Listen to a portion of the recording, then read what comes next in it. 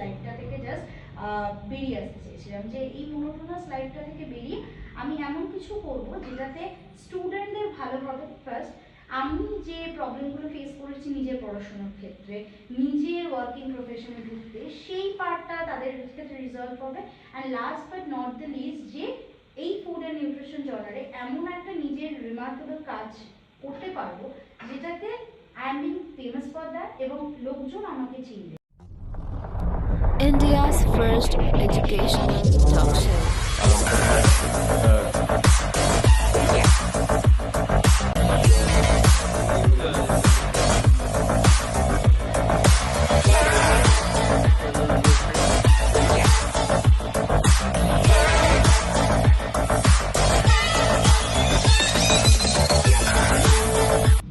Welcome to EdTalk India, organized by National Education Forum. আজকে আমাদের সাথে আছে ঈশানী গাঙ্গুলি। উনি হচ্ছেন academic coordinator and faculty head in FSTN exploration foundation. নমস্কার।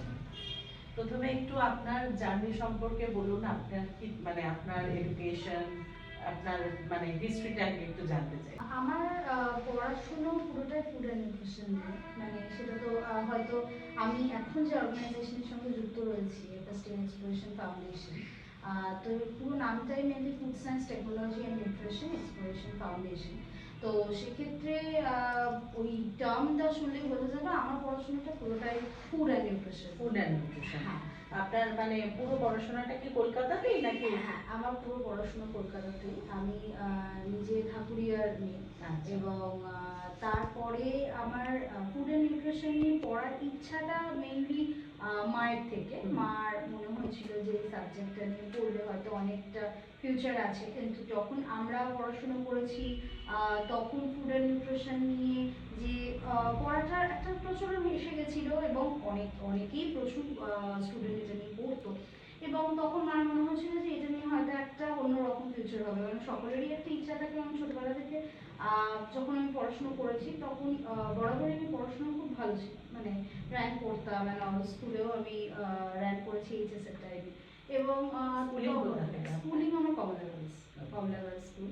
এবং সেখান থেকে তখন প্রত্যেকে যেটা একটা মনে হয় যে ডাক্তারি বা ইঞ্জিনিয়ারিং একদম প্রথমেই একটা মানুষের মনে হয়, তো সেইটা তখন মার একদমই মনে হয়নি। মা বাবা দুজনেরই ইচ্ছা ছিল তারা এই নতুন একটা সাবজেক্ট নিউট্রিশন সেটা নিয়ে একটুখানি পড়াশোনা করে দেখুক।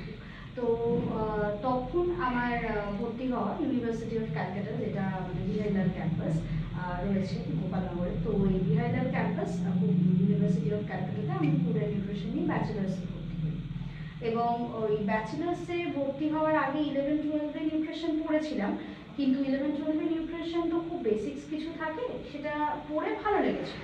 সেখান থেকে তারপরে ফুড অ্যান্ড নিউট্রিশন নিয়ে যখন ব্যাচেলার্সে ভর্তি হলাম তখন ভালো লাগাটা আরও বাড়লো, এবং তখন অনেক কিছু মনে হতো তখন যে এই যে যেগুলো পড়ছি বা লেখা পড়ছি, প্র্যাকটিক্যাল করছি, সেগুলো যখন আমি প্র্যাকটিক্যাল নিজে হাতে করে করছি, কেমিক্যাল বেসড সেগুলো, বায়োকেমিস্ট্রি বেসড, সেগুলো ঠিক আছে, বাট যেগুলো আমি বিভিন্ন ফুড প্রসেসিং পড়ছি সেগুলো যদি একটুখানি চোখের সামনে দেখতে পেতাম বা সেই ইনস্ট্রুমেন্টগুলো চোখের সামনে দেখতে পেতাম, সেগুলো হয়তো অনেকটা ভালোভাবে বুঝতাম বা শিখতাম। সেটা তখন থেকে আমার মনে হওয়ার ব্যাপারটা ছিল যে এই জিনিসটা যদি আমরা চোখের সামনে দেখতাম তাহলে হয়তো আরো ভালোভাবে আমাদের মধ্যে মানে প্র্যাকটিক্যালি ইমপ্লিমেন্টেশনটা থিওরি ওরিয়েন্টেড। আমাদের পড়াশোনাগুলো ভীষণ theory oriented, that is very much true. তো এটা এই জার্নিটা কমপ্লিট করার পর আপনি একটা রিনাউন্ড প্রাইভেট ইউনিভার্সিটিতে অ্যাজ এ ফ্যাকাল্টি। তার আগেও আমি ব্যাচেলার্স আর মাস্টার্সের পরেই আমি নেট কোয়ালিফাই করি, এবং নেট কোয়ালিফাই করার পরে আমি যাদবপুর বিদ্যাপীঠে as a school teacher 11-12 nutrition teacher হিসেবে জয়েন করি। তো 2019-এর মিডল থেকে 2021 অবধি আমি ওখানে ছিলাম। 2021-এর মিডলে আমি অ্যাসিস্ট্যান্ট প্রফেসর হিসেবে একটি প্রাইভেট ইউনিভার্সিটিতে যুক্ত হওয়ার সেই অফারটা পাই, এবং সেখানে যুক্ত হই। ওইখান থেকে মেনলি হচ্ছে যে কলেজের স্টুডেন্টদের সঙ্গে গল্প, বিভিন্ন ফুড অ্যান্ড নিউট্রিশন রিলেটেড বিষয় আরও কীভাবে এগোনো যায়, এবং যেহেতু ওটা কলেজ ওরিয়েন্টেড ইউনিভার্সিটি, তো স্বাভাবিকভাবে সেক্ষেত্রে রিসার্চ ওরিয়েন্টেড ব্যাপারটা অনেকটা আসে, যে কীভাবে স্টুডেন্টদেরকে রিসার্চে ইনডালজ করা যায়। এবং সেখানেই আমার মানে কাজ করতে গিয়ে ওখানে আরেকজন ফ্যাকাল্টির সাথে আমার আলাপ হয়, ডক্টর সৌভিক তিওয়ারি। তো সেখানে তখন আমাদের কথাবার্তা হয় এবং তখন আমি জানতে পারি যে food science technology and nutrition এই FSTN একটি জার্নাল রয়েছে এবং তার নিজের উনি তার ফাউন্ডার। এবং তখন আমাদের কোথাও গিয়ে দুজনে কথাবার্তা বলে আলোচনা করে মনে হয় যে স্টুডেন্টরা এখনো যেটা করছে সেটা গভর্নমেন্ট ইউনিভার্সিটিতে হোক বা প্রাইভেট ইউনিভার্সিটিতে হোক, হ্যাঁ প্রাইভেট ইউনিভার্সিটিতে একটা জিনিস কি একটু হয়তো প্র্যাকটিক্যাল ইমপ্লিকেশনটা বেশি, একটু এডুকেশন পলিসিটাকে বেশি ভালোভাবে ফলো করা হয়, প্র্যাকটিক্যাল প্রসপেক্টটা অনেক বেশি দেখানো হয়, রিসার্চ ইন্টারেস্ট অনেক বেশি স্টুডেন্টদের মধ্যে গ্রো করে। বাট তাও কোথাও গিয়ে স্টুডেন্টদের সেই সিভি যখন তারা জমা দিচ্ছে, সেই শুধু BSc in food and nutrition, MSc in food and nutrition, যেটা আমাদের ক্ষেত্রেও ছিল, তারপর কি মানে তারপরে স্পেশালাইজেশন কি, MSc in food and nutrition যদি আমি এখন প্রাইভেট আর গভর্নমেন্ট ইউনিভার্সিটি মিলিয়ে ধরি তাহলে প্রায় এক একটা ইয়ারে MSc in food and nutrition প্রায় 300 থেকে 400 জন করে স্টুডেন্ট রয়েছে। তারা যাবে কোথায়, হ্যাঁ করবেটা কি, তারপর এত হসপিটাল কোথায় রয়েছে? এবং ফুড অ্যান্ড নিউট্রিশন নিয়ে পড়া মানেই তো মানুষের একটা প্রথম ধারণা আসে যে ডায়েটিশিয়ান, হ্যাঁ ফুড অ্যান্ড নিউট্রিশন নিয়ে পড়েছে মানে ডায়েটিশিয়ান। তো এত ডায়েটিশিয়ান কোথায় লাগে? হ্যাঁ, তো তখন আমাদের এই চিন্তাটা আসে যে আমরা যদি এমন কিছু একটা চিন্তা ভাবনা করি যে যেটা গ্রো করা যায়, যে ওর অলরেডি একটা FSTN এর একটা পার্ট ছিল, ওর নিজে ওখানকার ফাউন্ডার।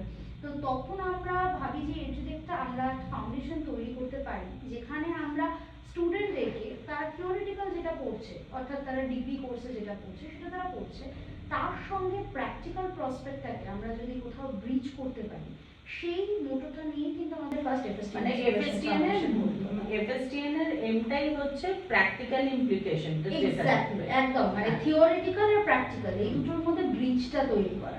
এই ব্রিজটা আমাদের সময় কিন্তু কেউ তৈরি করে দেয়নি হাতে ধরে আর কি।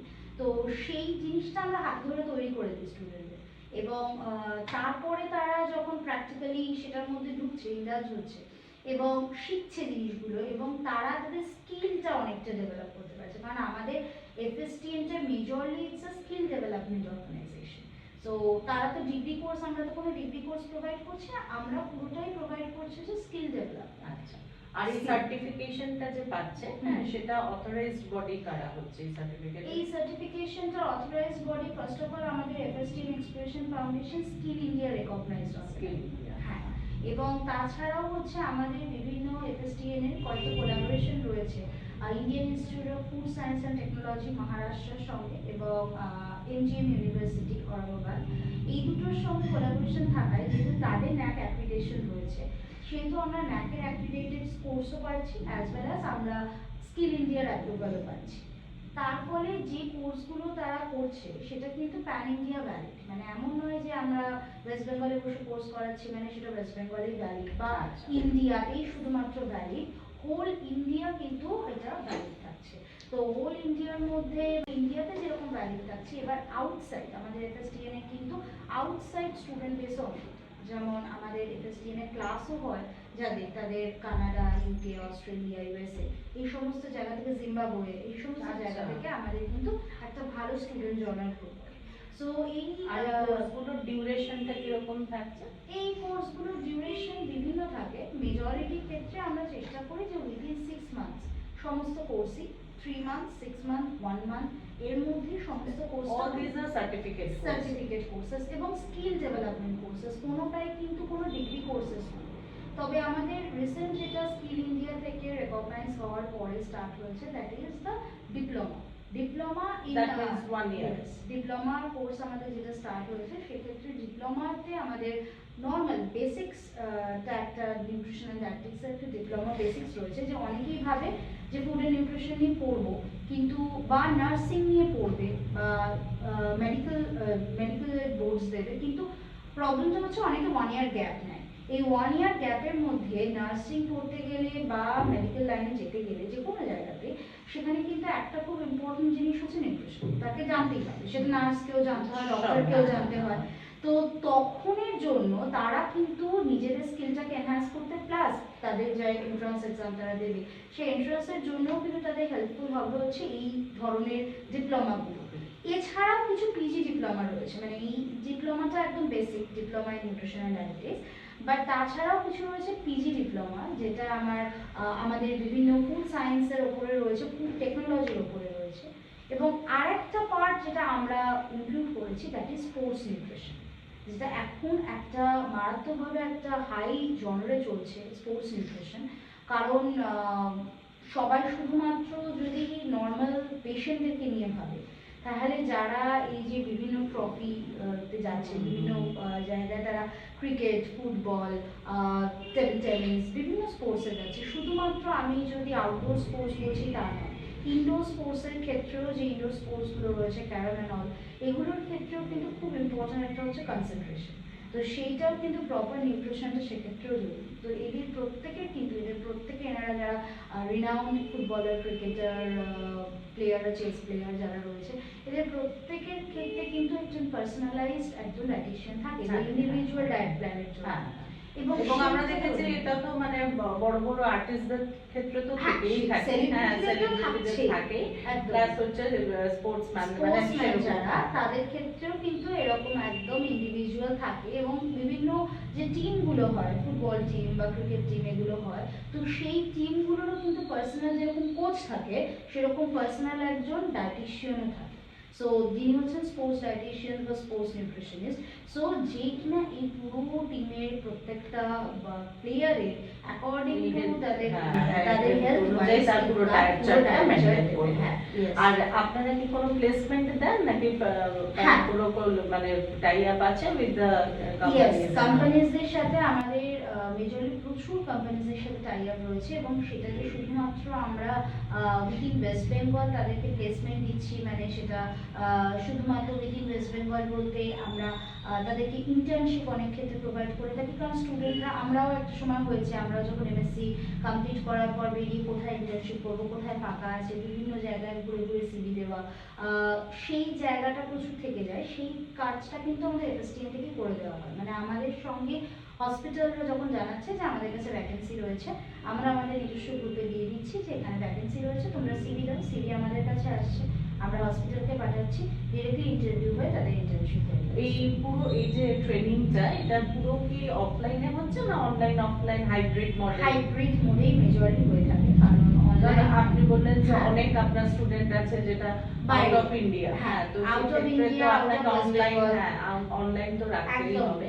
আর ক্লাসেস গুলো কি মানে উইকলি হয় নাকি কিভাবে হয়, নাকি টুয়াইস ইন আ উইক কিরকম ভাবে ক্লাসগুলো হয়? আমাদের ক্লাসেস গুলো এমনি উইকেন্ডেই আমরা রাখার চেষ্টা করি, মেজর যে স্যাটারডে সানডে, কারণ অনেকেই হয়তো ওয়ার্কিং প্রফেশনাল আছে, প্রফেশনালস বা যেগুলো শর্ট টার্ম স্কিল ডেভেলপমেন্টের কোর্স থাকে, সেগুলো আমরা উইকডেজেই রাখি। উইকডেজে একদম রাত্রিরের দিক করে একদম ইভিনিং টাইমটা 7 to 8, 8 to 9 এরকম ভাবে 1 hour ডিউরেশনে ক্লাসেসগুলো রাখা হয়। আর যেগুলো থাকে আমাদের বাইরে দেশের সঙ্গে যেহেতু টাইম জোনটা পুরো আলাদা আমাদের, তো সেটা আমরা রাখার চেষ্টা করি যে অ্যাকর্ডিং টু টাইম জোন। ওই কারণে আমাদের যারা, আমরা এখান থেকে ফ্যাকাল্টিরা ক্লাস নিই, আমাদের অনেক সময় ক্লাসেস সকালেও থাকে, কারণ ওদের কাছে সেটা হয়তো সন্ধ্যেবেলা বা সেই টাইম জোন অ্যাডজাস্ট করেও কিন্তু আমাদের ক্লাসেসগুলো নেওয়া হয়। সো অল ওভার আমাদের এখানে যারা ফ্যাকাল্টিসরা ক্লাস নেন, তাদের সারাদিনই কোনো না কোনো ক্লাসেস চলতেই থাকছে, সেটা উইকডেজেও থাকছে, উইকেন্ডেও থাকছে। উইকেন্ডে মেজরিটি আমরা আউটসাইড ক্লাসেস থাকে না, উইকেন্ডে পুরোটাই আমাদের যেটা থাকে যে রাত্রিবেলা একদম স্যাটারডে সানডেতে ডিপ্লোমা ক্লাসেসগুলো আমাদের উইকেন্ডে থাকে। আর কিছু থাকে ইন্টার্নশিপ প্রোগ্রাম, যেটা আমাদের এফএসটিএন এর যে নিজস্ব একাডেমি রয়েছে বেলঘরিয়া কামারহাটিতে, তো সেখানে মেজরলি আমাদের ইন্টার্নশিপের যে ক্লাসগুলো হয়, সেই ক্লাসগুলো অফলাইন মোডে শেখানো হচ্ছে। ওকে, নাইস ম্যাম। আচ্ছা, আরেকটা কথা বলুন যে আপনি তো একটা রেপুটেড ইউনিভার্সিটিতে ছিলেন, তারপর যাদবপুর বিদ্যাপীঠ বললেন না, স্কুলে ছিলেন, হ্যাঁ, তো সেই জায়গা থেকে সেই জার্নিটাকে শেষ করে একটা নতুন স্টার্টআপে ঢোকা, তখন মনে হয়নি যে এটা খুব চ্যালেঞ্জিং হবে? বা মানে যেহেতু একটা রেপুটেড ইউনিভার্সিটি, রেপুটেড স্কুল, এগুলো হচ্ছে একটা হয় না মনের মধ্যে যে এটা তো স্টার্টআপ, হ্যাঁ, এটা যে ঢুকবো, তারপরে মানে সে তখন মানে কি মনে হয়েছিল যে এফএসটিএন এ ঢোকার মানে ইন্সপিরেশনটা কোত্থেকে পেয়েছিলেন? যখন বিদ্যাপীঠে ঢুকেছিলাম, তখন অবশ্যই যাদবপুর বিদ্যাপীঠ হচ্ছে রিনাউন্ড স্কুল, তো সেখানে থেকে তখন মনে হলো যে স্কুল লাইফ থেকে মনে হলো যে না, কলেজ লাইফটা আমার বরাবরই ছোটবেলা থেকেই আমার ইচ্ছাটা হচ্ছে যে টিচার হব। তো সেই টিচার হওয়ার বা প্রফেসর হব এই ব্যাপারটা তো স্বাভাবিক, তখন ওই একটা ইচ্ছাতে চলে গেছিলাম অ্যাসিস্ট্যান্ট প্রফেসর হিসেবে। তারপরে যখন মনে হলো যে অ্যাসিস্ট্যান্ট প্রফেসর হিসেবে জয়েন করলাম, পড়াচ্ছি, কিন্তু কোথাও গিয়ে মনে হচ্ছিল যে সেই একই মানে 9 to 5 একটা লাইফস্টাইল হয়ে যাচ্ছে। এবং সেটা প্রাইভেট ইউনিভার্সিটি হলে তো আরও বেশি, কারণ হচ্ছে কি তার ওয়ার্ক প্রেশারটা অনেক বেশি থাকে। সো এই যে একটা প্রাইভেট ইউনিভার্সিটিতে একটা ওয়ার্ক প্রেশার, তারপর এই একটা একই মোনোটোনাস লাইফ, নিজের পড়াশোনার জন্য মানে নিজের যেহেতু পড়াশোনার ব্যাপারটা আমার খুব ভালো লাগে, তো নিজের পড়াশোনার জন্য কোথাও গিয়ে মনে হচ্ছিল নিজের কোথাও গ্রোথ হচ্ছে না, কোথাও একটা গিয়ে স্ট্যাগনেন্ট হয়ে যাচ্ছে। তো তখন মানে আমার সেই সেম নিজের স্টুডেন্ট লাইফের মতো সবটা থিওরিটিক্যাল, সবই থিওরিটিক্যাল, হ্যাঁ। সব খুব স্ট্যাগনেন্ট, আর কোথাও নিজের গ্রোথের কোনো জায়গা নেই। তো তখন সেই জায়গাটা একটা মাথায় আসছিল, আরেকটা যেটা মাথায় আসছিল যে এত ফ্যাকাল্টিজ, মানে যারা স্টুডেন্ট হয়ে বেরোচ্ছে, স্টুডেন্ট থেকে মাস্টার্স কমপ্লিট করছে, দেন তারা ফ্যাকাল্টি হচ্ছে, কিন্তু তারপর কি, তারপর কতজনের নাম জানছে বা কতজনকে আমরা চিনছি, খুব রেয়ার পার্সোনালিটিস রয়েছে ফুড অ্যান্ড নিউট্রিশনে যাদেরকে আমরা খুব রেনাউন্ড ওয়েতে চিনছি।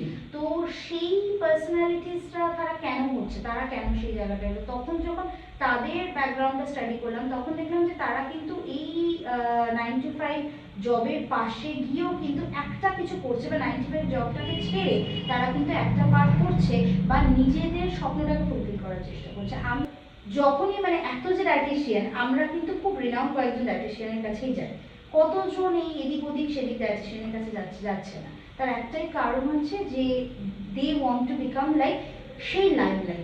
তো এই পার্টগুলো আমার কোথাও গিয়ে মনে হয়েছিল, এবং কোথাও গিয়ে মনে হয়েছিল যে নিজেকে এক্সপোজার দেওয়াটা খুব জরুরি, সেটা কিন্তু এই 9 to 5 একটা স্ট্যাগনেন্ট জবের মধ্যে থাকলে কোনোদিনই আসবে না। তাই একটা চ্যালেঞ্জ অবশ্যই, কারণ স্টার্ট আপ সেটা হয়তো চলতেও পারে, নাও চলতে পারে, বন্ধ হয়ে যেতে পারে।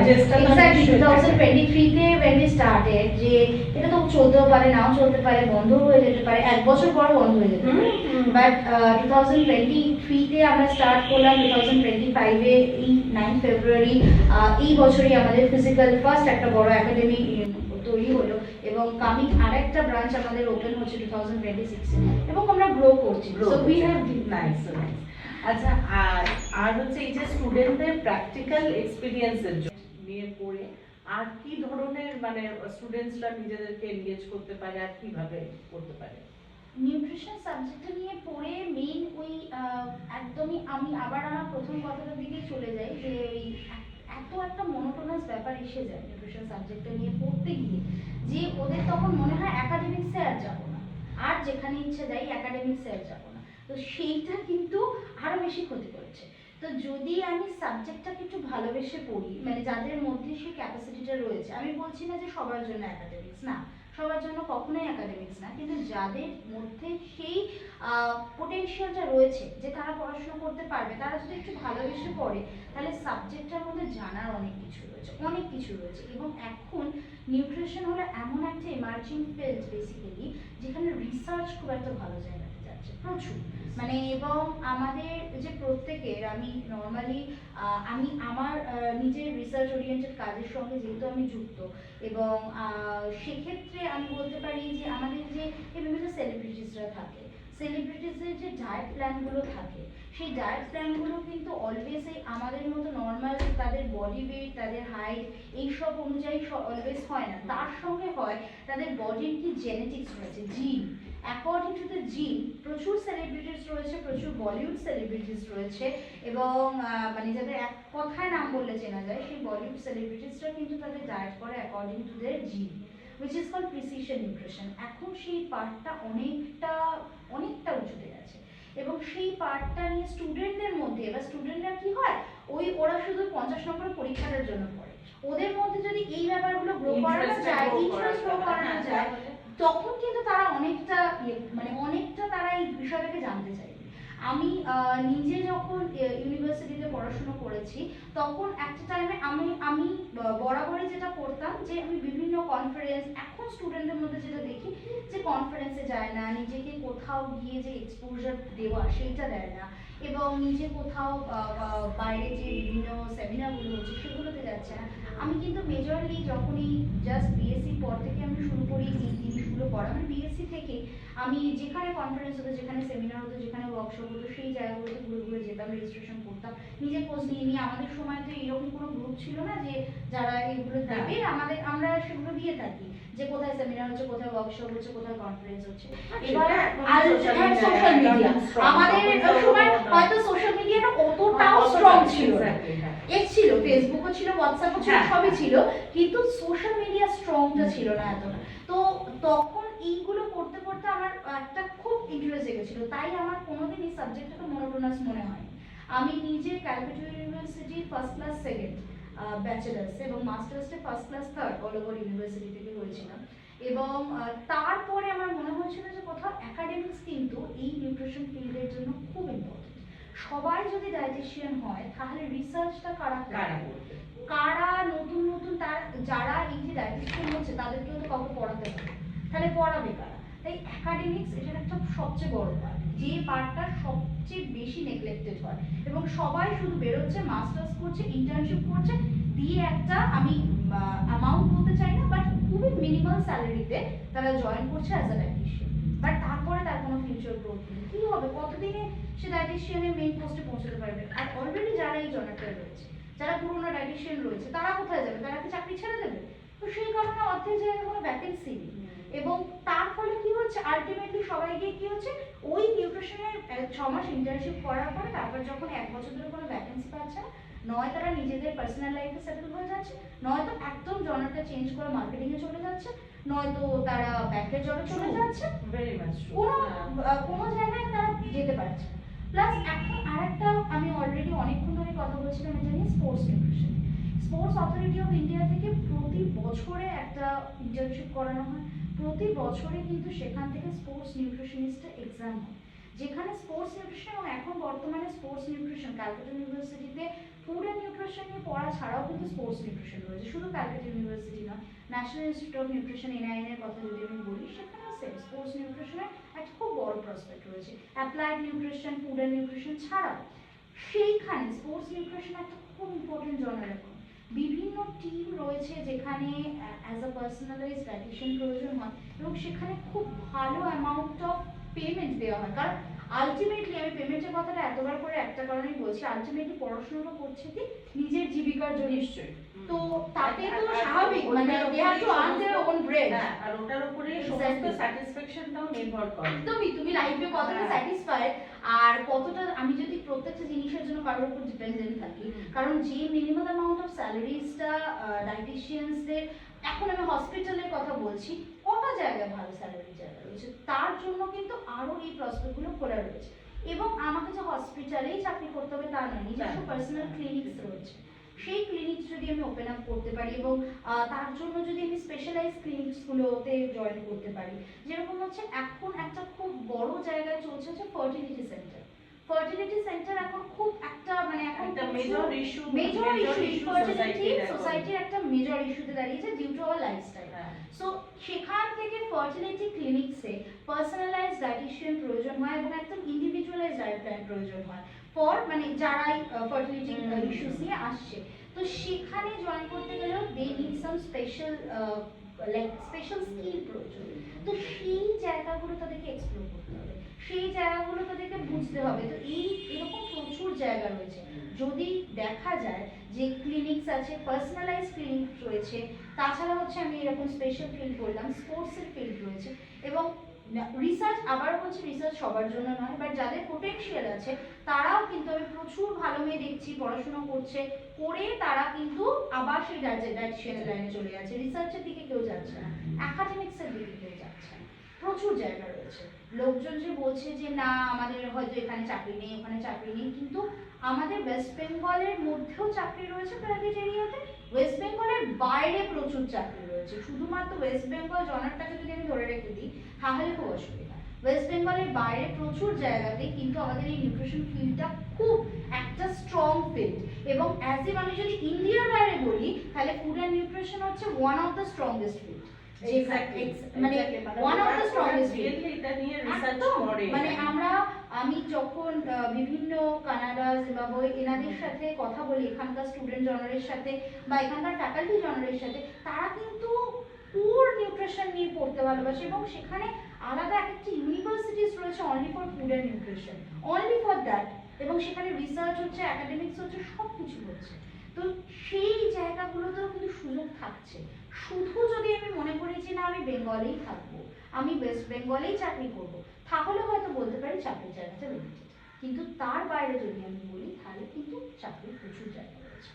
ইভেন আমাদের এফএসটিএন এক্সপ্লোরেশন ফাউন্ডেশনে যারা চাকরি করেন তারা প্রত্যেকে কিন্তু মাস্টার্স কমপ্লিটেড এবং they are all nutritionist, because they are taking the classes, faculties, as well as they are also like telling the student what are the benefits of these courses. এইটা যখন একটা মার্কেটিং যদি আমি বলি, যে এবার অনেকেই এটা বলবে কি this is a marketing strategy, like marketing করছে তো। বাট একটা স্টুডেন্টকে যদি আমি নর্মাল একটা মার্কেটিং এর ছেলেকে জিজ্ঞেস করি যে what is the benefit of doing the oncology nutrition course, উত্তরটা কি দেবে সে?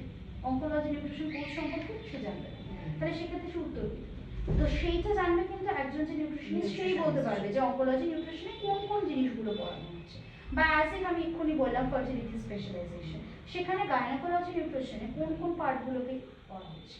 তো সেই জনারগুলোকে ইম্পর্টেন্স দিচ্ছে, কিন্তু সেই জনারগুলোকে ইম্পর্টেন্স দিয়ে কিন্তু এরা কাজ করছে। এবং আমরা এফএসটিএন এ কিন্তু এক্সপিরিয়েন্স নিই না, কারণ এক্সপিরিয়েন্সের জন্য প্রচুর জায়গা রয়েছে, ফ্রেশার্সদের জন্য কোনো জায়গা নেই। আমরা এফএসটিএন এ অলওয়েজ একটা ব্লুমিং টিম নিয়ে থাকি এবং we are hiring only the freshers, যে ফ্রেশার্স তারা, ইয়েস।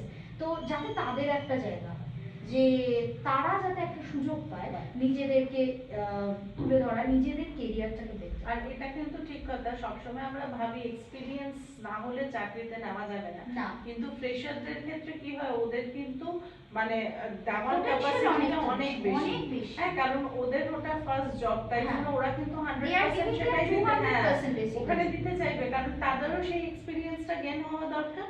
আর আর ফ্রেশাররা এক্সপেরিয়েন্স হবে কি করে তাদের যদি কোথাও সুযোগ কোথাও না দেওয়া সুযোগ হয়? না দেওয়া হয়। এই যে কথাটা সত্যি মানে কি খুব ইমপ্র্যাকটিক্যাল, এক্সপিরিয়েন্স নেই। আর এক্সপিরিয়েন্স হবে, তার জন্য তো সুযোগটা freshers দিলে হতে হবে। তবে তো এক্সপিরিয়েন্স হবে।